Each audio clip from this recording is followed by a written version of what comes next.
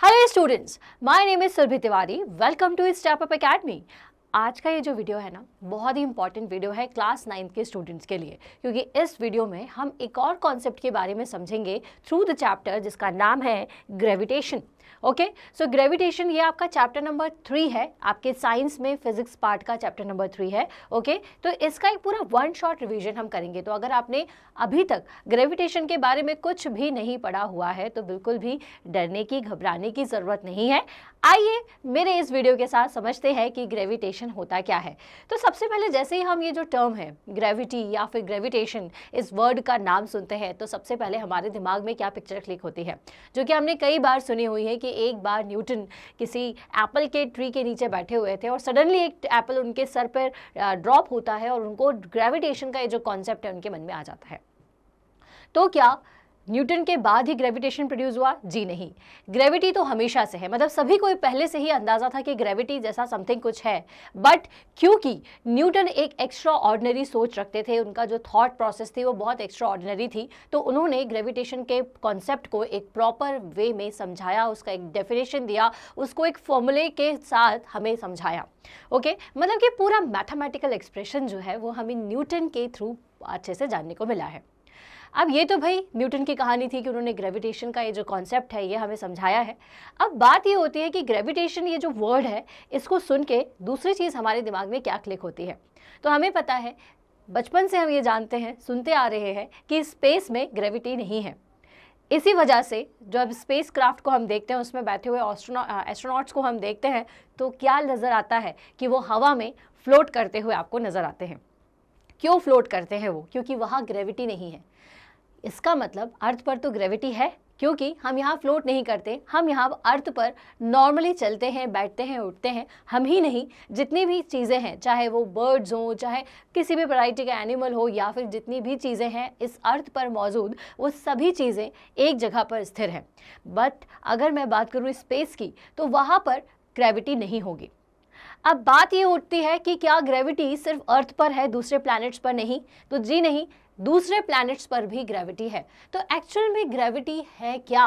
तो why do you land on the ground when you jump up inside of floating of into space? जैसे कि आप, simple सी बात है कि ग्रेविटी को जानने के पहले कुछ क्वेश्चंस हमारे दिमाग में जनरेट होना चाहिए। जैसे कि जब आप जंप करते हो तो आप नीचे की तरफ आते हो, ऊपर की तरफ नहीं उठते हो, ना ही फ्लोट करते हो।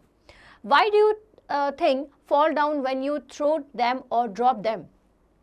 अब कोई भी चीज़ जो है वो नीचे की तरफ ही क्यों गिरती है, वो ऊपर की तरफ या साइड या कहीं और क्यों नहीं जाती? The answer is gravity. तो व्हाट इज ग्रेविटी? तो आंसर इन सब का क्या है? ग्रेविटी ही इन सभी का आंसर है। ओके, तो ग्रेविटी एक्चुअल में क्या है? An invisible force. ग्रेविटी क्या है? एक तरीके का invisible force that pools object towards each other, जो कि जिसकी वजह से सारे ऑब्जेक्ट्स एक दूसरे की तरफ अट्रैक्ट होते हैं। इसका मतलब क्या कि सारी चीज़ें एक दूसरे की तरफ शिफ्ट हो जानी चाहिए, लेकिन ऐसा नहीं होता। क्यों? क्योंकि अर्थ जो है वो भी ग्रेविटेशनल फोर्स अप्लाई करती है, आप भी ग्रेविटेशनल फोर्स अप्लाई करते हैं, बाकी सारी चीज़ें भी क्या करती हैं? ग्रेविटेशनल फोर्स अप्लाई करती है। बट अर्थ का ग्रेविटेशनल फोर्स जो है एज कंपेयर टू सारी चीज़ों के बहुत ज़्यादा है। इसी वजह से सारी चीज़ें जब भी आप ड्रॉप करोगे तो वो किस तरफ जाएंगी? नीचे की तरफ। ये कॉन्सेप्ट समझ में आया? चलिए इस कॉन्सेप्ट को समझते हैं। अब ऐसा समझने के लिए हम न्यूटन के एक लॉ की हेल्प लेते हैं। अब न्यूटन ने हमें बताया था कि फोर्स इक्वल्स टू होता है मास इनटू एक्सेलरेशन। अब मास की अगर मैं बात करूं तो मास किसका ज़्यादा है? हमारा ज़्यादा है या अर्थ का ज़्यादा है? ऑब्वियस सी बात है, अर्थ का बहुत ज़्यादा मास है। ठीक है, वहीं अगर मैं बात करूं मेरी और किसी और चीज़ की, लेकिन ये सारी की सारी चीज़ें कहाँ पर मौजूद हैं? तो ये सारी की सारी चीज़ें अर्थ पर ही है।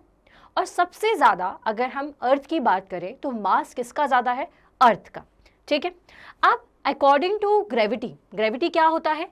Invisible force that pools object towards each other. एक ऐसा फोर्स जिसके वजह से चीज़ें एक दूसरे की तरफ अट्रैक्ट होती हैं। ठीक है, जैसे कि मैग्नेट को आप समझते हो ना, मैग्नेट के आसपास अगर आप मेटल लेकर के जाओगे तो क्या होगा? वो उसके एक सडन फील्ड में मेटल की तरफ अट्रैक्ट होगा। वैसा ही एक जो अट्रैक्शन फोर्स है, ये हर ऑब्जेक्ट एक दूसरे को लगाता है। ठीक है, लेकिन महसूस क्यों नहीं हो पाता? क्योंकि ग्रेविटी जो है वो अर्थ की ज़्यादा है, मतलब जो ग्रेविटेशनल फोर्स अर्थ लगाती है वो सबसे ज़्यादा लगाती है। ऐसा क्यों? क्योंकि अर्थ का मास सबसे ज़्यादा है। ओके, अब किसी भी चीज़ को आप ऊपर से नीचे गिराएंगे तो वो एक सर्टेन एक्सेलरेशन के साथ नीचे आती है। ठीक है, क्यों आती है? तो देखिए यहाँ पर F इक्वल्स जो होता है मास इंटू एक्सेलरेशन। ठीक है, दैट मीन्स एक्सेलरेशन किस पे डिपेंड करेगा? एक तो मास पर डिपेंड करेगा। अब जैसा मैंने आपको बताया कि दोनों ही चीज़ें एक दूसरे की तरफ आती हैं, एक दूसरे की तरफ अट्रैक्ट होती हैं। अब पहले अगर एक्सेलरेशन की बात करें तो अर्थ का एक्सेलरेशन कम हो जाएगा। क्यों कम हो जाएगा? क्योंकि उसका मास बहुत ज़्यादा है, इस वजह से उसका एक्सेलरेशन क्या होगा? धीरे धीरे कम होता जाएगा। ठीक है, वहीं अगर हम अर्थ के फोर्स की बात करें तो अर्थ का क्योंकि मास बहुत ज़्यादा है तो एज कंपेयर टू किसी भी दूसरे ऑब्जेक्ट अर्थ का जो फोर्स है वो सबसे ज़्यादा होगा। जैसे कि एप्पल जो है, ठीक है, जब आप उस एप्पल को ऊपर से नीचे की तरफ ड्रॉप करते हो तो वो ही नीचे क्यों आता है? अर्थ क्यों नहीं आ जाती? अब क्योंकि भाई अर्थ का जो एक्सेलरेशन है वो बहुत कम है। ठीक है, इस वजह से वो नहीं आ पाएगी। लेकिन क्योंकि एप्पल का अर्थ के कंपैरिजन में मास बहुत कम है इसलिए उसका एक्सेलरेशन ज़्यादा होगा, इसलिए वो कहाँ आएगा? नीचे की तरफ आएगा। ठीक है, और दूसरा कारण क्या है? क्योंकि अर्थ जो है वो फोर्स ज़्यादा अप्लाई करेगी। क्यों? क्योंकि उसका मास बहुत ज़्यादा है, इस वजह से ज़्यादा फोर्स किसकी तरफ आएगा? फोर्स कौन लगाएगा? ज़्यादा अर्थ लगाएगी। इसलिए कोई भी चीज़ जब ड्रॉप होती है तो वो कहाँ आती है? अर्थ की तरफ आती है, क्योंकि जो ऑब्जेक्ट है उसका एक्सेलरेटिंग रेट जो है वो सबसे ज़्यादा है, क्योंकि वो जल्दी से आएगा। अर्थ इतनी जल्दी नहीं आ पाएगी क्योंकि उसका मास बहुत ज़्यादा है। और सारी चीज़ें नीचे ही क्यों अट्रैक्ट होती हैं? क्योंकि अर्थ जो फोर्स लगाती है वो सबसे ज़्यादा होता है, क्योंकि उसका मास एज कंपेयर टू बाकी की सारी चीज़ें काफ़ी ज़्यादा होगा। क्लियर है? अब इसी ग्रेविटी का जो फिनोमेना है, इसी ग्रेविटी के फैक्ट की वजह से हमारे जितने भी प्लैनेट्स हैं वो सूर्य के चारों तरफ, हमारा जो सोलार सिस्टम है वो पूरा का पूरा किस पर बेस्ड है? ग्रेविटेशन पर। और कौन सी चीज़ ग्रेविटेशन पर बेस्ड है? तो मून। जो मून हमारी अर्थ के चारों तरफ सर्कल लगाता है, चक्कर लगाता है, वो किसकी वजह से है? तो वो भी ग्रेविटेशन के कारण ही होता है। क्लियर है? So anything that has mass also has gravity. मतलब जितनी भी चीज़ें जिसमें मास है उन सभी में क्या होगा? उन सभी में ग्रेविटी होगी। Objects with more mass have more gravity. जैसा मैंने आपको बताया, ग्रेविटी का मतलब क्या होता है? जितनी भी चीज़ें हैं जिनमें मास है उन सब में ग्रेविटी है। और ग्रेविटी किसकी ज़्यादा होती है भाई? जिसका मास ज़्यादा हो। तो object with the more mass have more gravity. जिसमें ज़्यादा मास वो ज़्यादा ग्रेविटी लगाएगा। अब ग्रेविटी का मतलब क्या? फोर्स ऑफ अट्रैक्शन जो है वो ज़्यादा हो जाएगा। जैसे कि अर्थ के केस में हमने देखा, क्योंकि उसका मास ज़्यादा है इसलिए वो ग्रेविटेशनल पुल लगाएगा और सारी की सारी चीज़ें जो है तो अर्थ पर जब आप ड्रॉप करते हो वो तो नीचे की तरफ आती हैं। Gravity also gets weaker with distance. आप देखिए ग्रेविटी क्या हो रही है? डिस्टेंस के साथ साथ वीक होती जाती है। मतलब जितना ज़्यादा, ठीक है, हम डिस्टेंस बढ़ाते जाएंगे किसी, जैसे मान लीजिए अर्थ ही है, अर्थ से जितना डिस्टेंस बढ़ता जाएगा उसका ग्रेविटेशनल फोर्स क्या होगा? उतना उतना कम होता जाएगा। जैसे मैग्नेट का आपने देखा होगा, मैग्नेट के बारे में अगर हमने पढ़ा है तो क्या होता है कि जो फील्ड लाइंस हैं वो यहाँ तो बहुत स्ट्रांग होती हैं, लेकिन जैसे जैसे हम दूर जाते जाएंगे तो ये जो फील्ड लाइंस हैं वो कैसी होती हैं? वीक होती जाती हैं, क्योंकि नंबर ऑफ फील्ड लाइंस यहाँ पर इतनी, मैग्नेटिक फील्ड लाइंस यहाँ पर इतनी ज़्यादा प्रॉपर नहीं होती। इस वजह से ये जो मैग्नेटिक फोर्स इस पर लगता है वो मैग्नेटिक फोर्स भी धीरे धीरे कम होता है।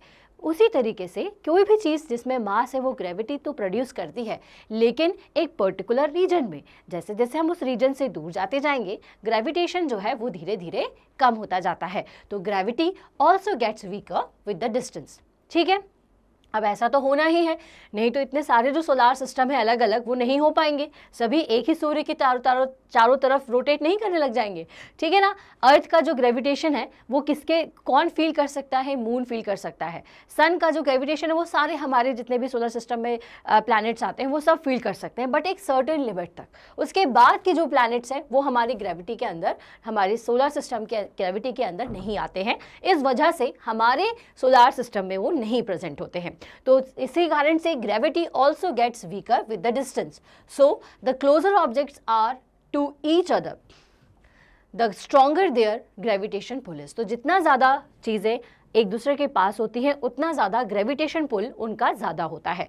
ठीक है, तो कुछ पॉइंट्स जो कि आपको याद रखना है कि उन जितने भी चीज़ों में मास होता है उन सभी में ग्रेविटी होती है। ग्रेविटी जो है वो डिस्टेंस के साथ धीरे धीरे कम होती जाती है। ठीक है, जिसका ज़्यादा मास उसकी ज़्यादा gravity. Earth gravity comes from all its mass. Earth की जो ग्रेविटी है वो क्यों है? क्योंकि अर्थ में मास है। All its mass makes a combined gravitational pull on the mass in your body. अब अगर हम हमारी ही बात करें तो ये जो पूरा अर्थ का मास है वो हमारे ऊपर भी एक ग्रेविटेशनल पुल लगाता है। हमारी इंटायर मास पर एक पुल अपीयर होता है जिसकी वजह से हम अर्थ पर नॉर्मल खड़े रह सकते हैं। That's what gives you weight, और इसी वजह से आपको वेट मिलता है। तो वेट क्या है? तो वेट एक्चुअल में एक फोर्स है। ठीक है, जो कि हम आगे अभी और डिटेल में डिस्कस करेंगे। तो अगर ग्रेविटेशनल पुल नहीं होगा तो वेट नहीं होगा। क्या ये बात सही है? तो जी हाँ, क्योंकि mass makes a combined gravitational pull on all the mass in your body. That's what gives you weight. ठीक है, अर्थ का जो मास है वही हमारे ऊपर एक पुल अप्लाई करता है। ग्रेविटेशनल पुल एक फोर्स हमारे ऊपर अप्लाई करता है। हमारे पूरे मास पर, हमारी बॉडी के टोटल मास पर एक फोर्स अप्लाई होता है और उसी फोर्स के वजह से हमारी बॉडी का वेट होता है। अगर मास नहीं है, ठीक है, अगर अर्थ का मास नहीं होता तो क्या हमारा वेट होता? जी नहीं। ठीक है, इसी कारण से अगर हम अर्थ पर हैं तो अर्थ का मास कुछ और है। अगर हम किसी और प्लेनेट पर जाएं जैसे जिसका मास अर्थ से ज़्यादा है तो क्या वहाँ हमारा वेट ज़्यादा हो जाएगा? ऑब्वियस सी बात है, ज़्यादा हो जाएगा। क्यों? क्योंकि मास की वजह से क्या होता है? फोर्स अप्लाई करती है अर्थ, है ना। मास क्योंकि अर्थ का ज़्यादा है तो वो क्या करती है? फोर्स अप्लाई करती है। जितना फोर्स अप्लाई करेगी उतना हमारा वेट है, इतना हमारा वेट होगा। हमारे पूरे मास पर जितना फोर्स अर्थ अपने मास की वजह से लगाती है तो उसकी वजह से हमारा वेट प्रोड्यूस होता है। अब हम मान लीजिए किसी और प्लेनेट पर जाते हैं जिसका मास अर्थ के मास से ज़्यादा है, तो वहाँ पर एज कम्पेयर टू अर्थ ज़्यादा फोर्स हमारे मास पर लगेगा। तो इसका मतलब क्या कि वहाँ हमारा वेट कुछ और हो जाएगा, है ना। ठीक है, आई बात समझ में। वैसे ही अगर हम किसी ऐसे प्लेनेट पर जाते हैं जहाँ पर मास जो है अर्थ के कंपैरिजन में कम हो तो वहाँ हमारा वेट क्या होगा? कम हो जाएगा। क्यों? क्योंकि हमारे मास पर कम फोर्स अप्लाई हो रहा है। So and if you were on a planet with less mass than earth you would weigh less than you do here.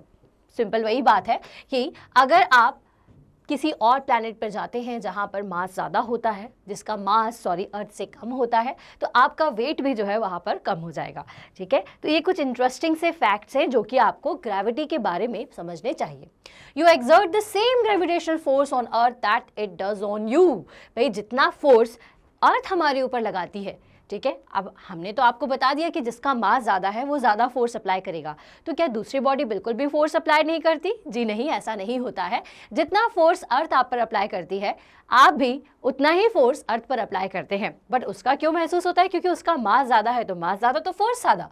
ठीक है, but because earth is so much more massive than you, your force doesn't really have an effect on your planet. अब क्योंकि अर्थ का मास, जैसा मैंने अभी आपको समझाया, क्योंकि अर्थ का मास क्योंकि आपसे बहुत ज़्यादा है इसलिए आपका जो वेट है ना वो अर्थ पर इतना ज़्यादा इफेक्ट नहीं डालता है।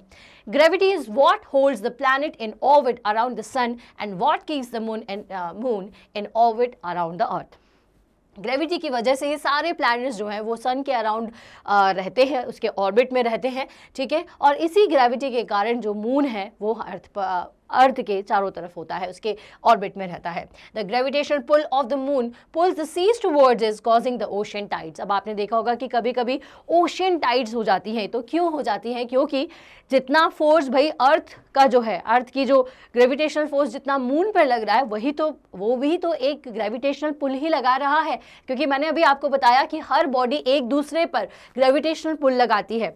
ठीक है, जिसकी वजह से क्योंकि अर्थ मून पर पुल लगा रही है, फोर्स लगा रही है, तो मून भी तो अर्थ पर पुल लगा रहा है, एक ग्रेविटेशनल फोर्स लगा रहा है। तो उसी ग्रेविटेशनल फोर्स की वजह से कभी कभी जो सी वाटर होता है वो ऊपर की तरफ उठता है और उससे टाइड्स आते हैं, ग्रेविटी जिसमें ओशन टाइड्स आपको महसूस होते हैं।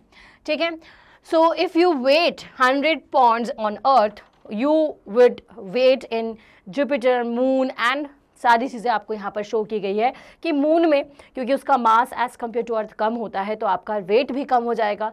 मर्क्यूरी में भी, वीनस में, मार्स में, आप देखिए कि हर केस में सिर्फ जुपिटर को छोड़िए, यहाँ पर जुपिटर का जो वेट है, जुपिटर पर जो आपका वेट है वो ज़्यादा होगा, क्योंकि जुपिटर का mass as compare to earth ज़्यादा होता है। ओके, चलिए सो आ जाते हैं अब नेक्स्ट टॉपिक पर। अभी यहाँ तक हमने क्या समझ लिया बच्चों? हमने ग्रेविटी के बारे में समझ लिया कि gravity is a invisible force, ठीक है, which every material which has mass applied across each other, मतलब जो एक दूसरे के ऊपर वो सारे मटेरियल एक दूसरे पर लगाते हैं, वो होता है आपका ग्रेविटेशनल पुल। ठीक है, ये कहानी समझ में आई अभी तक आपको? इसको और ज़्यादा अच्छे से समझेंगे इस चैप्टर के टॉपिक्स के साथ में। तो अब पहला जो टॉपिक आपको पढ़ना है वो है सेंट्रीपिटल फोर्स। अब सेंट्रीपिटल फोर्स क्या होता है? अब कभी आप इस तरह के झूले में बैठे होंगे, है ना? अब ये क्यों राउंड राउंड घूमता है? क्योंकि बीच में एक पुली है जो इस तरह से रोटेट कर रही है, और उसके रोटेशन की वजह से आपका ये जो पूरा सर्कुलर ये जो झूला है, इसका नाम मुझे इतना अच्छे से नहीं पता, आपको पता हो तो प्लीज़ कमेंट सेक्शन में बताइएगा। तो इस तरह से हम इसमें मूव करते हैं। वैसे ही अगर मैं आपको एक थ्रेड दूँ, उस थ्रेड में स्टोन बांध करके दूँ, और आप अगर उसे इस तरह से घुमाएंगे तो वो क्या होती है? चारों तरफ घूमती है। तो वो क्यों घूमती है? क्योंकि आपका हाथ जो है वो एक फोर्स लगा रहा है। कहाँ से फोर्स लगा रहा है? तो जब आप उसे घुमाते हैं तो जिस तरह से ये घूम रहा है उसी तरीके से वो भी घूमता है, मतलब कि सेंटर से, ठीक है, आप एक फोर्स लगाते हैं जिसकी वजह से ऑब्जेक्ट जो है वो सर्कुलर मोशन करना शुरू कर देता है। इसमें भी सिमिलरली यही केस हो रहा है कि बीच में से फोर्स अप्लाई हो रहा है, जिसकी वजह से ये जो आपका सर्कुलर ये जो झूला है वो भी मूव करना शुरू कर देता है इन अ सर्कुलर डायरेक्शन।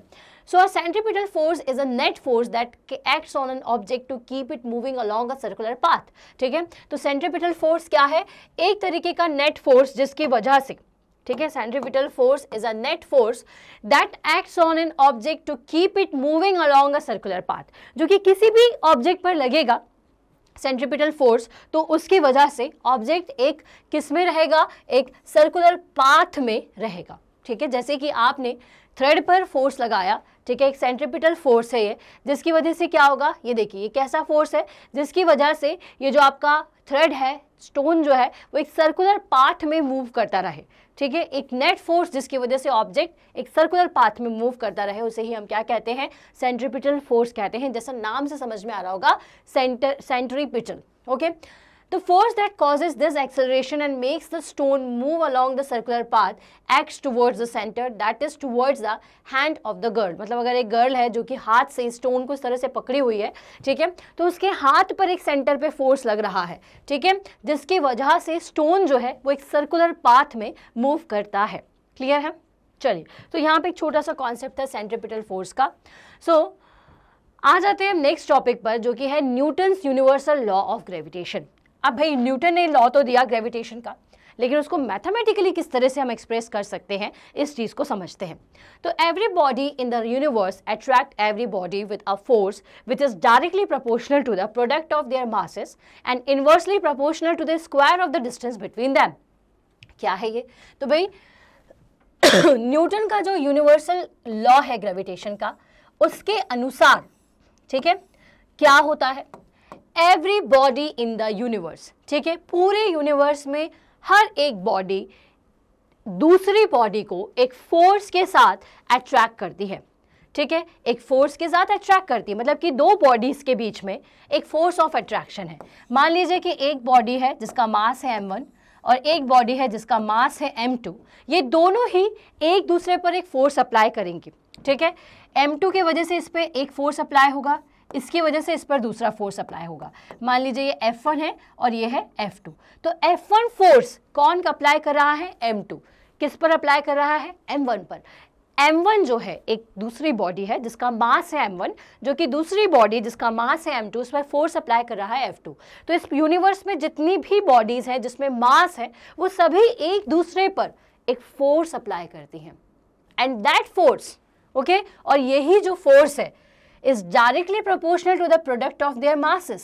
अगर इस फोर्स की बात करें तो ये जो फोर्स है वो क्या होता है? is directly proportional to the product of their masses। इन दोनों ही ऑब्जेक्ट के जो कि एक दूसरे पर एक फोर्स ऑफ अट्रैक्शन लगा रहे हैं, अगर उन दोनों के मासेस का मैं प्रोडक्ट कर दूं तो इसके डायरेक्टली प्रोपोर्शनल होता है and inversely proportional to the square of the distance between them. और इनके बीच में जो भी डिस्टेंस है, मान लीजिए कि d डिस्टेंस है, ठीक है, तो इन दोनों ही बॉडीज के बीच में जो डिस्टेंस है उसके स्क्वायर के इनवर्सली प्रोपोर्शनल होता है and F1 is inversely proportional to the square of the distance between them। Clear है? तो ये क्या है? यही है आपका यूनिवर्सल लॉ ऑफ ग्रेविटेशन, जिसके according F is directly proportional to m1 into m2 and F is directly inversely proportional to 1/d square. Okay अगर हम इसको और फर्दर सॉल्व करें तो आपको क्या मिलेगा भाई? देखिए F इज क्योंकि डायरेक्टली प्रोपोर्शनल है 1/d स्क्वायर के और F is proportional to m1 into m2, तो हम इनको एक साथ लिख सकते हैं कुछ इस तरह से। अब अगर मैं ये जो प्रोपोर्शनैलिटी कांस्टेंट है जो कि बीच में इस तरह से लगा हुआ है, अगर मैं इस प्रोपोर्शनैलिटी कांस्टेंट को यहाँ से हटा दूँ तो उसकी जगह मुझे मिलेगा F equals to G m1 m2 upon d square, where G is the constant of proportionality and known as the gravitation and is it known as and it is known as the gravitation, ठीक है, and which is equals to 6.67 into 10 to the power minus 11। Okay ये उसकी value होती है। इसकी unit क्या होती है? इस यूनिट को जानने के लिए अभी थोड़ा सा वेट करते हैं, आगे देखेंगे। अब यहाँ से अगर मैं इस g की वैल्यू निकालूँ तो g की वैल्यू किस तरह से निकल के आएगी? तो g इक्वल्स टू होगा f इंटू डी स्क्वायर, क्योंकि ये न्यूमरेटर में है, डिनोमिनेटर में है, तो यहाँ जाके न्यूमरेटर में मल्टीप्लाई होगा f के साथ एंड ये न्यूमरेटर की टर्म्स नीचे आ जाएंगी m1 इंटू m2। सो अगर g की वैल्यू निकालनी है तो कैसे निकालेंगे? f into D square upon m1 into m2। Clear है? अब अगर हम ये बोलें कि अगर मान लीजिए कि डिस्टेंस भी 1 है, m1 और m2 मतलब मास भी जो है वो यूनिट में यूनिटी है, यूनिटी मतलब कि इन सबकी वैल्यू 1 है, तो इसकी वैल्यू क्या हो जाएगी? f into 1 square into 1 into 1 और that means g equals to f। ठीक है, that is universal gravitation constant is the force of attraction between two bodies of mass 1 kg each lying 1 metre distance apart. तो इसका मतलब क्या है कि gravitation जो है एक फोर्स ऑफ अट्रैक्शन है न्यूटन में, जिसकी यूनिट क्या है? न्यूटन। तो gravitation is the force of attraction in Newton between two bodies. ठीक है, दो बॉडीज के बीच में लगने वाला फोर्स ऑफ अट्रैक्शन, जिन बॉडीज का मास 1 है, ठीक है, 1 किलोग्राम है और इन दोनों के बीच का डिस्टेंस जो है वो 1 मीटर है। इस g इक्वल्स टू f से हमें ये समझ में आता है। Okay so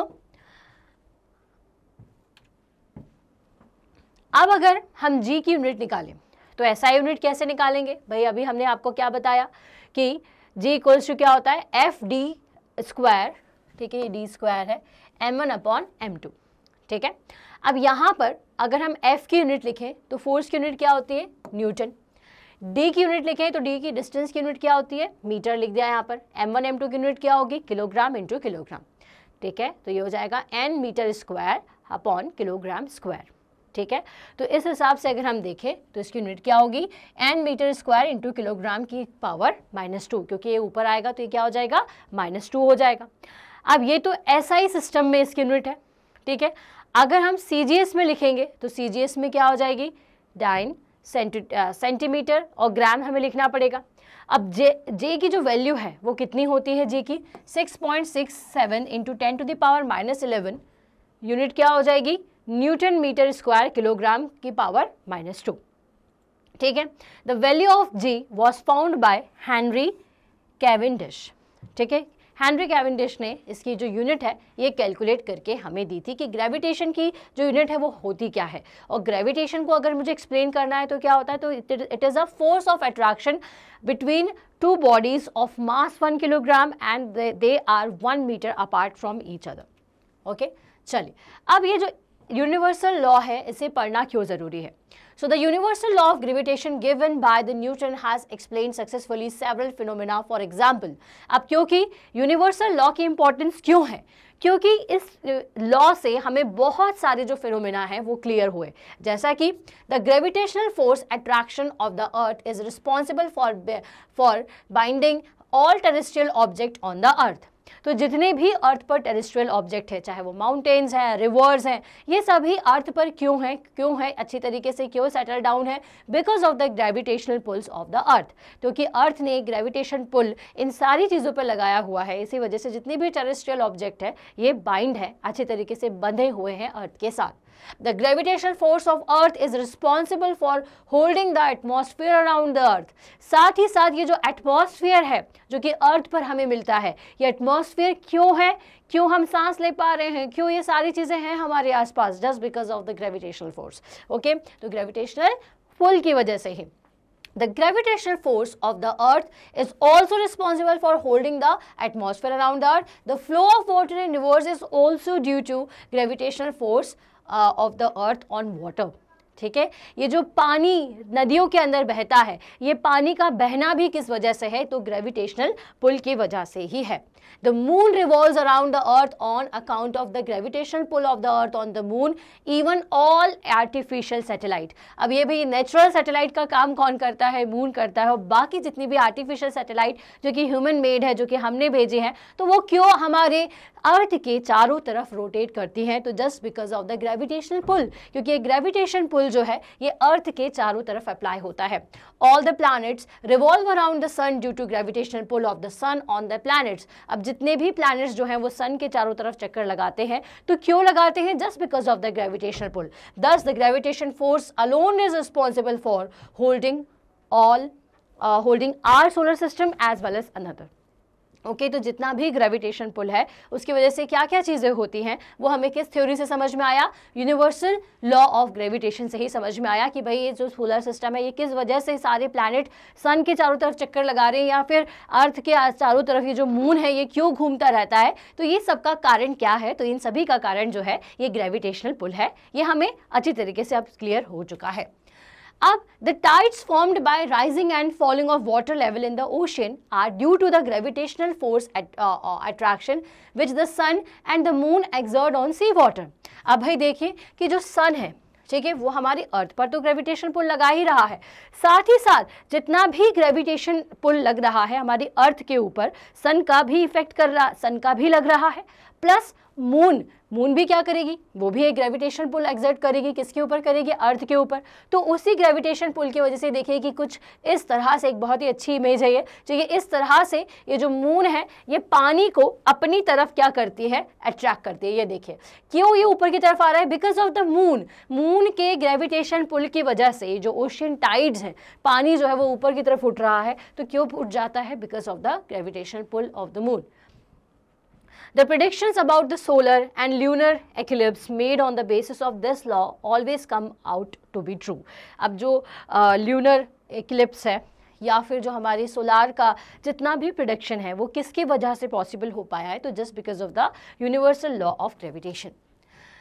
now the Newton third law of motion also good for the force of gravitation.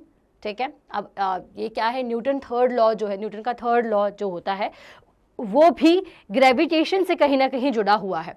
ठीक है, this means that the when earth exert a force of attraction on an object then object also exerts an equal force on the earth. क्योंकि जैसे मैंने आपसे कहा कि दो body एक दूसरे पर फोर्स अप्लाई करती है, अगर ये अप्लाई करे तो ये भी अप्लाई कर रही है। तो ये आपको किसकी याद दिलाता है? ये आपको थर्ड लॉ ऑफ न्यूटन की याद दिलाता है, जिसकी वजह से हर एक बॉडी एक दूसरे पर इक्वल और अपोजिट फोर्स जो है वो अप्लाई करती है।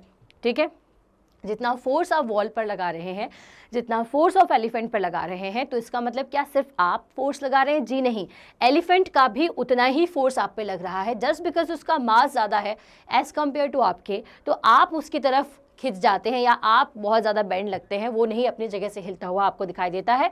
Similarly in case of wall के केस में भी आप देखिए कि आप दोनों ही एक दूसरे पर फोर्स लगा रहे हैं। ठीक है, सो ये जो कॉन्सेप्ट है वो क्यों सही है? ग्रेविटेशन लॉ से कैसे मिल जाता है?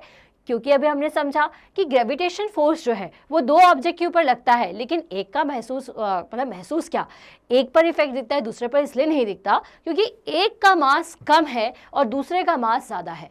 ठीक है, जस्ट जैसे हमने थर्ड लॉ ऑफ न्यूटन का भी पढ़ा था। ठीक है, तो according to the Newton second law force equals to mass into acceleration. अब जो बात अभी मैंने आपको समझाई थी उसी को हम एक बार और डेरिवेशन फॉर्म में देख लेते हैं कि भाई क्योंकि जो न्यूटन का सेकेंड लॉ है वो कहता है कि force is equals to mass into acceleration. Okay, so acceleration is force upon mass. Okay, so the mass of earth is very large and acceleration produced in the earth very small and cannot detect with even the most accurate instrument available to us। ठीक है, अब भाई देखिए कि मास जो है अर्थ का बहुत ज़्यादा है और वो अर्थ का एक्सेलरेशन इसी वजह से क्या होगा, बहुत ज़्यादा कम हो जाएगा, क्योंकि भाई इस एक्सप्रेशन से तो यही समझ में आ रहा है कि अगर जिसका मास ज़्यादा है उसका एक्सेलरेशन उतना ही कम हो जाएगा। अब वो कितना होता है वो अपन प्रिडिक्ट नहीं कर सकते, किसी भी बहुत एक्यूरेट भी अगर हमको इंस्ट्रूमेंट ले आएंगे तो भी हमें एक्सेलरेशन समझ में नहीं आएगा, लेकिन हमें ये पता है कि एक्सेलरेशन जो है वो काफ़ी कम हो जाता है। फ्री फॉल का क्या मतलब होता है, अब देखिए इसी कॉन्सेप्ट की वजह से, अर्थ के इसी एक्सेलरेशन के कम होने की वजह से the falling of a body from a height towards the earth under the gravitational force of earth is called the free fall. किसी भी चीज़ को जब आप ड्रॉप करते हो तो वो कहाँ जाती है, नीचे की तरफ जाती है। जैसे अभी ये मेरा पेन कहाँ गया है, नीचे की तरफ, तो ये फ्री फॉल हुआ है। क्यों हुआ है, क्योंकि ये जो हमारा पेन है इसका वेट या इसका mass as compare to earth के मास बहुत ही नेग्लिजिबल है, इसलिए ये जो फोर्स अर्थ इस पर अप्लाई करेगी वो ज़्यादा होगी और कोई भी चीज़ को आप ड्रॉप करोगे तो वो फ्री फॉल होगी, नीचे की तरफ होगी। इसका रीज़न क्या है ये भी हमने समझा हुआ है। तो the falling of a body or object from a height towards the earth under the gravitational force of earth with no other force acting on it is called the free fall. तो अगर आप किसी भी चीज़ को अर्थ पर इस तरह से ड्रॉप करते हो तो वो नीचे ही आती है और उसे ही हम क्या कहते हैं, फ्री फॉल कहते हैं। And the reason of free fall अभी हमें बहुत अच्छे से क्लियर हो चुका है। अब एक और टॉपिक है acceleration due to gravity. Okay, so acceleration कैसा होता है, तो अभी हमने देखा कि भाई अभी मैंने आपको कॉन्सेप्ट समझाया कि F इक्वल्स टू होता है ma। तो एक्सेलरेशन जो है वो किस पर डिपेंड करता है, फोर्स और मास पे, कि कितना फोर्स लग रहा है और बॉडी का मास कितना है। ठीक है, so when a body dropped from a certain height it falls with a constant acceleration. जब आप किसी सर्टेन हाइट से किसी बॉडी को फेंकते हो तो वो एक एक्सेलरेशन के साथ नीचे आती है ना, आपने उसे छोड़ा और वो नीचे आ गई। तो ये क्या है, this uniform acceleration produced in freely falling body due to the gravitational pull on the earth and is known as the acceleration due to gravity and it is denoted by g। अब ये small g का concept क्या होता है, ये है आपका acceleration due to gravity. क्या होता है जी, एक्सेलरेशन ड्यू टू ग्रेविटी। अब अर्थ हमारी एक ग्रेविटेशनल पुल अप्लाई करती है, ठीक है, क्यों अप्लाई कर रही है और सारी चीज़ें नीचे की तरफ ही क्यों आ रही है, ये अभी हमने कुछ देर पहले ही समझा हुआ है। तो किसी भी चीज़ को ड्रॉप करोगे तो क्योंकि अर्थ का मास बहुत ज़्यादा है तो कोई भी चीज़ जब आप ड्रॉप करेंगे तो वो फोर्स उतना ज़्यादा अप्लाई नहीं कर पाएगी एज़ कम्पेयर टू अर्थ, और ज़्यादा फोर्स क्योंकि अर्थ का होगा इसलिए नीचे की तरफ चीज़ें आएंगी। और क्योंकि ये जल्दी से आती है नीचे, क्यों आती है जल्दी से नीचे, क्योंकि अर्थ का एक्सेलरेशन कम होता है और बॉडी का, इसका ऑब्जेक्ट का जो एक्सेलरेशन रेट है वो ज़्यादा होगा। ठीक है, इसलिए जब भी किसी चीज़ को आप हाइट से, सर्टेन हाइट से आप उसको छोड़ते हो तो वो नीचे की तरफ आती है। क्यों आती है, because of the acceleration due to gravity. Gravity के एक्सेलरेशन की वजह से ही, ठीक है, ग्रेविटी के कारण ही वो नीचे की तरफ आ रही है। ठीक है, the acceleration of body due to attraction of earth its center is called the acceleration due to gravity। तो वो एक्सेलरेशन जो कि किसके कारण होता है, अर्थ के अट्रैक्शन के कारण होता है, उसे हम क्या कहते हैं, acceleration due to gravity. And उसकी वैल्यू क्या होती है, उसकी वैल्यू होती है 9.8 मीटर पर सेकेंड स्क्वायर। ठीक है, ये भी एक तरीके का क्या है भाई, मीटर पर सेकेंड स्क्वायर वेट है ना। तो ग्रेविटेशनल एक्सेलरेशन क्या होता है, 9.8 मीटर पर सेकेंड स्क्वायर। अब ये वैल्यू कैसे फाइंड आउट हमने करी है, चलिए इस चीज़ को देख लेते हैं। अब मान लीजिए कि when a body of a mass m dropped from a certain distance r with a centre of earth from centre of earth mass m, then the force exerted by the earth on the body is. तो हमें भी पता है कि भाई अगर हम gravitational law के डेफिनेशन से जाएंगे तो वी नो दैट कि फोर्स जो लगता है किसी भी चीज़ पर वो कितना होता है, F equals to G capital M into m, where capital M is the mass of the earth, ठीक है, डिवाइडेड बाय R, ठीक है, R क्या है यहाँ पर, डिस्टेंस, क्लियर है।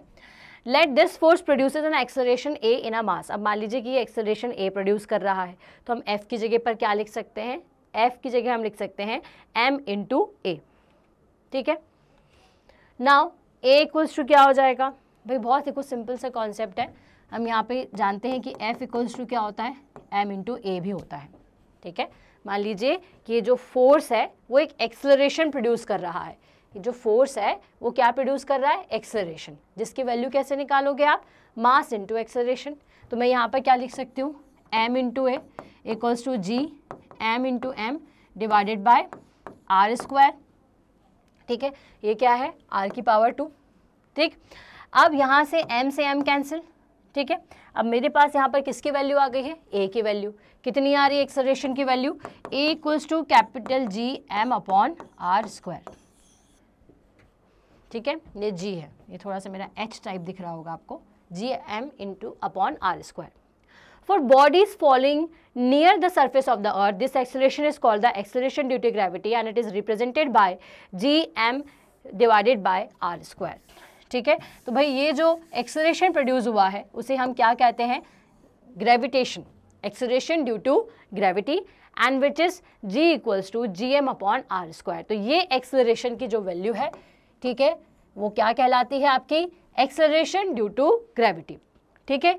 जितनी भी अर्थ पर चीज़ें नीचे आ रही हैं तो उसकी एक्सेलरेशन की वैल्यू वो नीचे क्यों आ रही है, just because of the acceleration due to gravity, और जिसकी वैल्यू क्या होती है, A equals to G M upon are square. M is the mass of the earth, that is 6 into 10 to the power 24 kg, and R is the radius, that is 6.4 into 10 to the power 6, क्योंकि मास कितना होता है, 6 into 10 to the power 24 अर्थ का, और अगर radius की बात करें तो 6.4 into 10 to the power 6 metre होती है। तो इस हिसाब से जब हम इसकी वैल्यू कैलकुलेट करेंगे तो फाइनली कितना आंसर आएगा, G इक्वल्स टू 9.8 मीटर पर सेकेंड की पावर -2, या फिर पर सेकेंड नहीं, मतलब N into m 9.8 m metre पर सेकेंड स्क्वायर, ये हमारे ग्रेविटेशनल एक्सेलरेशन की वैल्यू है, ठीक है।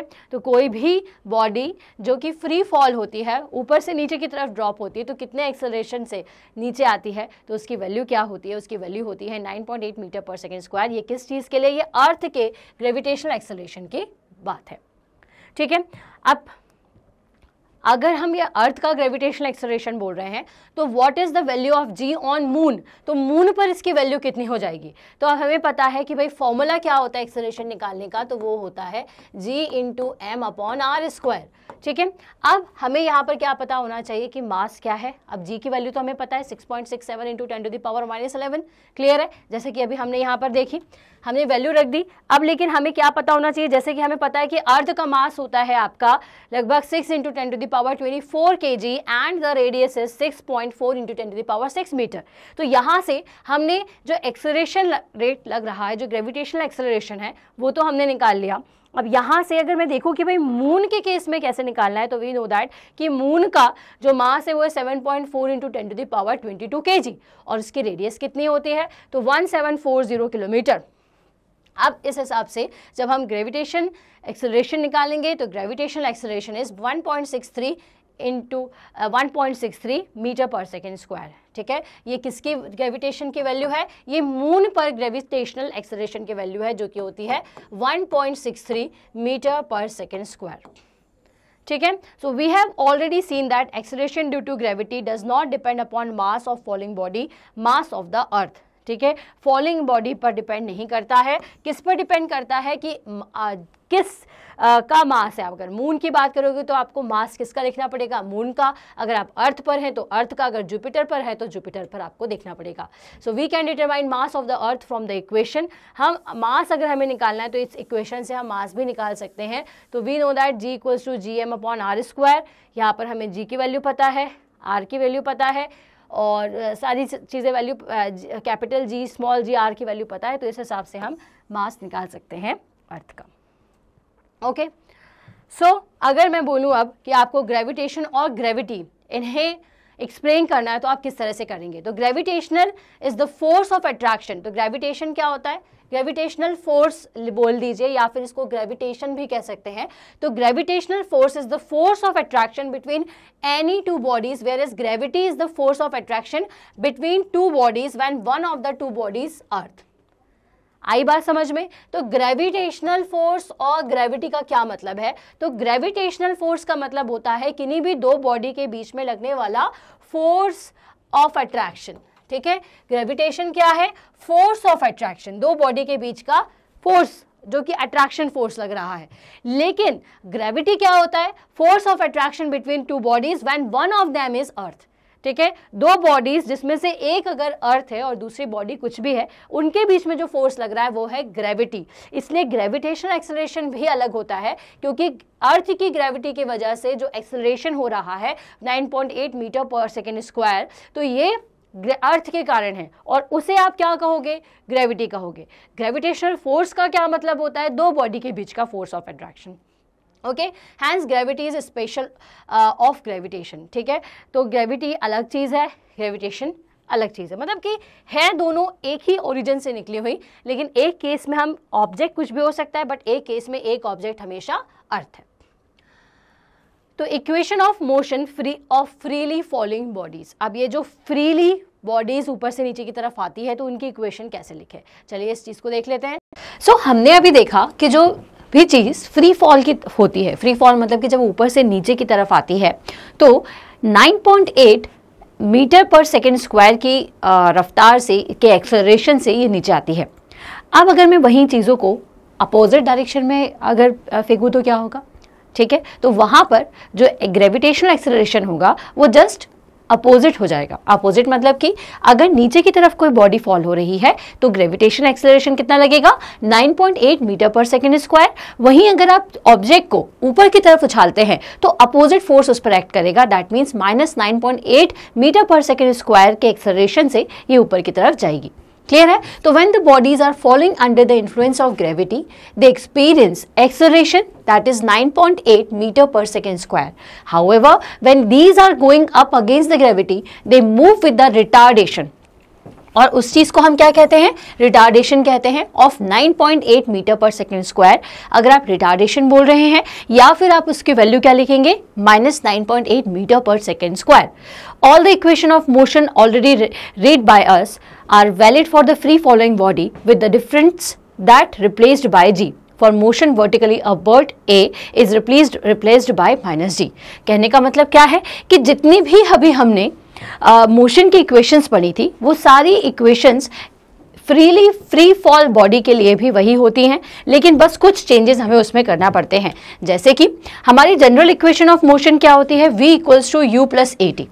ठीक है, अब ये किस में चेंज हो जाएगी, v = u + gt। एक्सेलरेशन की जगह हम क्या लिखेंगे, gravitational acceleration that is g। तो ये क्या होगी, v = u + at और यहाँ पर u + at और यहाँ पर u + gt। ठीक है, अब सेकेंड इक्वेशन क्या होती है हमारी, s = ut + ½ at²। तो यहाँ पर s की जगह पर क्या लिखेंगे हम, हाइट ऑफ द ऑब्जेक्ट, कि कितनी हाइट पर वो गया हुआ है। ठीक है, तो s की जगह पर हमें h लिख देना है। तो अब इस इक्वेशन में क्या हो जाएगा, s = ut + h = ut + ½ gt²। Clear है। थर्ड इक्वेशन क्या होती है, v² = u² + 2as। अब ये इसकी जगह पर क्या लिखोगे आप, इस केस में क्या इक्वेशन हो जाएगी, तो v² = u² + 2gh, ये हमारी इक्वेशन बन जाएगी। तो भाई ये आपकी तीन इक्वेशंस हैं जिसमें हमें किसको किससे रिप्लेस करना है ये देखना है। बट क्या होता है कि हमें कुछ पॉइंट्स को ध्यान में रखना होगा जब भी हम इस चीज़ की बात करें। तो we should remember the following important point for the motion of freely falling bodies. अगर कोई बॉडी फ्रीली फॉल कर रही है तो उससे रिलेटेड मोशन के जो इक्वेशन है, क्योंकि वहां पर कौन सा एक्सेलरेशन लग रहा है, ग्रेविटेशनल एक्सेलरेशन लग रहा है, तो उसके लिए हमें कुछ पॉइंट्स को याद रखना पड़ेगा। जैसे कि पहली चीज क्या याद रखेंगे कि इनिशियल वेलोसिटी क्या होगी, जीरो होगी, क्योंकि इनिशियल वेलोसिटी का यहाँ पर कोई रोल नहीं है। तो when a body is dropped freely from a height, it's initial velocity that is u becomes zero. तो जब भी कोई बॉडी फ्रीली फॉल करती है, ठीक है, फ्रॉम अ हाइट, मतलब एक सर्टेन हाइट से आप उसे जब छोड़ देते हैं, ड्रॉप कर देते हैं, तो उसकी इनिशियल वेलोसिटी आपको क्या लेनी है, उसकी जो इनिशियल वेलोसिटी है वो क्या हो जाएगी, जीरो हो जाएगी। तो when a body is the thrown vertically upwards, it's final velocity becomes zero. वैसे ही जब नीचे की तरफ आप ड्रॉप कर रहे हो तो इनिशियल वेलोसिटी जीरो होगी, और जब आप उसे ऊपर की तरफ उछाल रहे हैं, वर्टिकली अपवर्ड डायरेक्शन में आप उसे थ्रो कर रहे हैं, तो उसमें फाइनल वेलोसिटी आपकी जीरो हो जाएगी। That means v equals to zero. Next is the time taken by body to rise to the highest point is equals to the time it takes to fall from the same height.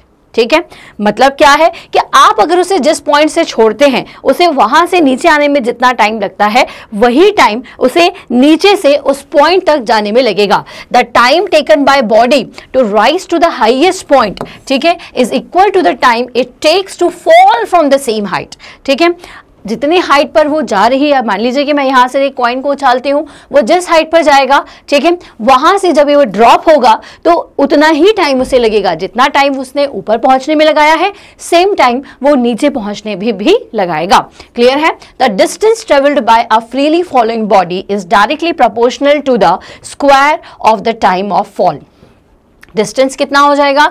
The distance travelled by a freely falling body is directly proportional to the square of time of fall. तो distance क्या हो जाएगा?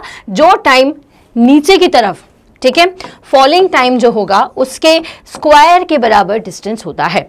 Clear है? चलिए, तो यहां से ये 4 पॉइंट जो कि आपको फ्रीली फॉलिंग बॉडी के लिए याद में रखना है, ये अभी हमने डिस्कस किए। क्लियर है? नाउ एक एग्जाम्पल है कि किस तरह के क्वेश्चन आपको फ्रीली फॉलोइंग बॉडी से रिलेटेड आ सकते हैं। तो यहाँ पर क्वेश्चन है, a body drops a stone from the edge of the root. ठीक है, it passes a window 2 metre high in 0.1 second. How far is the root above the top of the window? ठीक है, root नहीं, roof होना चाहिए। ठीक है, a body drops a stone from the edge of the roof, मतलब हमने roof के एक एज से एक स्टोन को नीचे की तरफ किया। It passes a window 2 metre height in 0.1 second. अब ये एक विंडो को पास कर रहा है। ठीक है, एक विंडो, अब रूफ के नीचे एक विंडो थी, उस विंडो की हाइट मान लीजिए 2 मीटर थी, उसे इसने 0.1 सेकेंड में पास कर दिया। How far is the roof above the top of the window? तो इस विंडो के टॉप से, ठीक है, ये विंडो का जो टॉप है उससे कितने डिस्टेंस पर ये जो रूफ है वो है, ये आपको बताना है। सो यहां पर ऑब्जेक्ट कैसा है?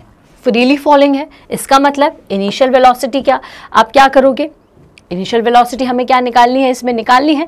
ठीक है, तो let a stone be dropped from the edge of the roof A, let it pass over B with the velocity say u, consider motion BC. तो हमने मान लीजिए जो मोशन है वो बीसी है, तो हम किस इक्वेशन का यूज करेंगे? यहाँ पर सेकेंड लॉ ऑफ मोशन का यूज करेंगे। That means S equals to U T plus half G T square का यूज करेंगे। अब यहाँ पर हमें क्या क्या वैल्यू नोन है, हमें यू नहीं पता। ठीक है, हमें एक पता है, क्योंकि एक क्या होगा? ग्रेविटेशनल एक्सेलरेशन, जिसकी वैल्यू क्या होगी? 9.8 मीटर पर सेकेंड स्क्वायर। ठीक है, और हमें क्या दिया हुआ है? यहाँ पर हमें एस दिया हुआ है। एस को हम किससे रिप्रेजेंट करेंगे? यहाँ पर हाइट से, जिसकी वैल्यू कितनी दी हुई है? 2 मीटर, और टाइम दिया हुआ है हमें 0.1 सेकेंड। ओके, सो इस की मदद से हम इस इक्वेशन में वैल्यू को पुट करेंगे, तो हमारे पास एक इक्वेशन आएगी जिससे हमें क्या मिल जाएगी? हमें मिल जाएगी वैल्यू u की, जो कि कितनी है? 1951 मीटर पर सेकेंड। तो root is 19.4 metre above the window. अब ये कैसे निकाला? तो हमने अभी आपको यही रूल बताया था। क्या रूल बताया था? कि अगर आपको हाइट निकालनी है तो इसका मतलब क्या होगा है कि the time taken by the body to rise to the highest point is equal to the time it takes fall from the same height. ठीक है, तो जितनी हाइट, जितना टाइम उसे ऊपर जाने में लगा उतना टाइम नीचे आने में लगा। ठीक है, सेम हाइट पर, और the distance travelled by the freely falling body is directly proportional to the square of the time of the fall. Okay, तो यहां से हमने ये वैल्यू को आइडेंटिफाई किया कि जो रूट है वो 19.4 मीटर अबव द विंडो है। कैसे निकाला हमने? क्योंकि हमें यहाँ पर u की वैल्यू से ये वैल्यू आइडेंटिफाई हो रही है। ठीक है, चलिए, अब ये तो कुछ न्यूमेरिकल्स हैं जो कि हमने दूसरे वीडियो में और अच्छे तरीके से इसको सॉल्व किया हुआ है, वहाँ जाइए, सारे कॉन्सेप्ट हम क्लियर करेंगे। अभी फिलहाल हम टॉपिक वाइज टॉपिक चलते हैं। तो अब नेक्स्ट टॉपिक आता है मास का। मास क्या होता है? मास और वेट, क्या ये दोनों एक चीज है? लगभग समान है, बट कुछ इसमें डिफरेंस है। क्या डिफरेंस है? मास जो है वो है amount of matter contain in a body. Mass क्या होता है कि कोई बॉडी कितना अमाउंट ऑफ मैटर अपने अंदर कंटेन की हुई है। जैसे एक पानी है तो पानी के अंदर कितना, एक कंटेनर है तो कंटेनर के अंदर मान लीजिए पानी भरा हुआ है, तो कितना पानी भरा हुआ है वो उसका क्या है? अमाउंट ऑफ मैटर है। ठीक है, तो the amount of matter contain in a body is called its mass. ठीक है, तो किसी भी बॉडी के अंदर जितना अमाउंट ऑफ मैटर है उसको हम उसका मास कहते हैं। Next is the measure of the quantity of matter in a body is called its mass. या फिर हम ये कह सकते हैं कि किसी भी बॉडी के अंदर मैटर की क्वांटिटी को मेजरमेंट जो किया जाता है उसे हम उसका मास कहते हैं। The mass of the body is a scalar quantity. और मास क्या होता है? एक scalar quantity. It is independent of surrounding and the position of the body. It is a constant quality for a given body. ठीक है, basically क्या मतलब हुआ इसका? इसका मतलब सिंपल ये है कि जो मास होता है किसी भी बॉडी का वो कांस्टेंट होता है। ठीक है, अगर आप अभी अर्थ पर हैं और आप जुपिटर पे चले जाते हैं तो जुपिटर पे आपका वेट बढ़ जाएगा बट मास आपका सेम रहेगा। मून पर जाएंगे वेट कम हो जाएगा लेकिन मास आपका सेम रहेगा। तो मास क्या है? एक कांस्टेंट क्वांटिटी है, क्योंकि आपके अंदर जो अमाउंट है मैटर का, ठीक है, क्या है ये? Amount of matter. तो आपके अंदर जिस मैटर से आप मिलकर के बने हुए हैं वो तो वही का वही रहेगा चाहे आप कहीं भी चले जाएं। तो the amount of matter contain in a body is mass और द क्वांटिटी ऑफ मेजर और the measure of quantity of the matter in a body is called the mass. इसलिए जो मास है वो कांस्टेंट रहेगा, ये एक स्केलर क्वांटिटी है। Mass is measured in kilograms. ठीक है, और इसकी यूनिट क्या होगी मेजर करने की? किलोग्राम्स ही होगी, जो कि हम वेट में भी लेते हैं। ठीक है, तो वेट क्या है? तो भाई यहां से हमने ये चीज तो समझ ली कि मास क्या है। Mass is the matter contain in a body. अब अगर मैं वेट की बात करूं तो वेट का क्या मतलब होता है? आपका जो मास है, आप जब वेइंग मशीन में जाते हैं तो जो आप मेजर करते हैं ना वो आपका एक्चुअल में मास है। अगर मैं बोलूं आपका वेट क्या है, तो जो अर्थ आपके मास पर फोर्स लगा रही है, क्या बोला मैंने? अर्थ आपके मास पर जो फोर्स लगा रही है वो होगा आपका वेट। तो मास क्या, वेट क्या है एक्चुअल में? Force applied by the earth on your body. आपकी बॉडी का जो वेट है वो वेट क्या है? वो मास पर लगने वाला फोर्स है, मतलब जो अर्थ आपके ऊपर फोर्स लगाती है। अब अर्थ कैसे फोर्स लगाती है? तो ग्रेविटेशनल एक्सेलरेशन के साथ फोर्स लगाती है आपके मास पर। ठीक है, तो फोर्स क्या होता है आपका? F इक्वल्स टू ma होता है। वी नो दैट अगर फोर्स ma है तो अर्थ आपकी बॉडी पर कितना फोर्स लगा रही है? तो कितना लगा रही है? m इंटू जी, जहां पर a किससे रिप्लेस हो जाएगा? ग्रेविटेशनल एक्सेलरेशन से। तो mg क्या है? आपका वेट है, आपकी बॉडी का वेट है। तो weight is a force, okay, applied by the earth on your body. So every body on the surface of the earth is attracted towards the centre of the earth. अब हमें सब पता है भाई, कहानी लंबी चौड़ी, अगर ऐसे लंबे से हम समझना चाहो तो कैसे देखोगे कि हर एक चीज को अर्थ जो है वो अपनी तरफ अट्रैक्ट करती है। The force of attraction depends upon the mass of the body and the acceleration due to gravity. अब कितना फोर्स बॉडी पर लग रहा है वो किस पर डिपेंड करता है? मास पर। जितना ज्यादा मास होगा उतना ज्यादा ग्रेविटेशनल क्या होगा? उसका ग्रेविटेशनल फोर्स उस पर अप्लाई होगा। तो मास और अब ग्रेविटेशनल एक्सेलरेशन पर डिपेंड करेगा और मास पर डिपेंड करेगा। The weight of the body is the force with which it is attracted towards the center of the earth. तो weight of the body क्या है? जैसा मैंने आपको बताया कि बॉडी पर जो weight of the body is the force, एक force है which is attracted towards the center of the earth, जो कि अर्थ के सेंटर पर लगता है। ठीक है, अर्थ क्या सेंटर से ही फोर्स अप्लाई कर रही है हमारे ऊपर। ठीक है, तो भाई वो इतना घुमा फिरा के एक ही बात बोली जा रही है कि हमारी बॉडी का जो वेट है वो एक्चुअल में फोर्स है। वो कौन सा फोर्स है? जो कि अर्थ हमारी बॉडी पर अप्लाई करती है। सो F इक्वल्स टू ma होता है, ये हम सभी जानते हैं। लेकिन in case of the acceleration, ठीक है, ग्रेविटेशनल एक्सेलरेशन, a को हम g से रिप्लेस कर देते हैं। सो F इक्वल्स टू क्या हो जाएगा? mg। और ये mg जो है, ये जो mg फोर्स है, यही क्या है? यही आपकी बॉडी पर लगने वाला वेट है। और इसलिए वेट की जो यूनिट है वो क्या हो जाएगी? वेट की जो यूनिट है वो न्यूटन हो जाती है। वहीं CGS की अगर बात करें तो डाइन हो जाएगी। क्लियर है? तो वेट की यूनिट क्या होती है? तो यूनिट की अगर हम बात करें कि मतलब आप इसे किस में मेजर करते हैं, तो हम इसे न्यूटन में मेजर करते हैं, SI सिस्टम में। और वही अगर मैं CGS सिस्टम की बात करूं तो CGS सिस्टम में आप इसे डाइन में मेजर करते हैं। क्लियर है? तो वेट क्या है? अर्थ द्वारा हमारे मास पर लगाया जाने वाला फोर्स है। So in SI the weight is also measured in kgf। KGF का क्या मतलब होता है कि वेट को हम कैसे मेजर कर सकते हैं, किलोग्राम फोर्स से भी। मतलब किलोग्राम क्या होता है भाई, मास की यूनिट, और क्या होती है आपकी किलोग्राम। ठीक है, तो किलोग्राम फोर्स मतलब क्या हुआ इसका कि किलोग्राम पर लगने वाला फोर्स, या फिर हम इसे क्या लिख सकते हैं, किलोग्राम वेट। ठीक है, किलोग्राम वेट भी हम इसे लिख सकते हैं। तो वेट को हम किलोग्राम फोर्स या फिर किलोग्राम वेट में भी मेजर करते हैं। तो किलोग्राम फोर्स और kilogram weight is force with which a mass of 1 kg is attracted by the centre of अर्थ। तो किलोग्राम फोर्स से भी आप इसे मेजर कर सकते हैं, किलोग्राम वेट से भी आप इसे मेजर कर सकते हैं। इसका मतलब क्या है कि ये वो फोर्स है जो कि 1 किलोग्राम मास को अपनी तरफ अट्रैक्ट कर रहा है। तो अगर मास 1 किलोग्राम है तो 1 kg F इक्वल्स टू क्या होगा, 1 kg हम इसे वेट भी लिख सकते हैं, और इसकी वैल्यू कितनी होगी, तो अगर इसके वैल्यू में निकालूं 1 kg, ठीक है, तो हमें पता है कि F इक्वल्स टू ma होता है, मतलब W इक्वल्स टू mg होता है। तो अगर मास 1 kg है, क्या है मास अगर 1 kg है, तो अगर मैं इसकी वैल्यू न्यूटन में निकालूं तो वो कितना हो जाएगा, 9.8 न्यूटन।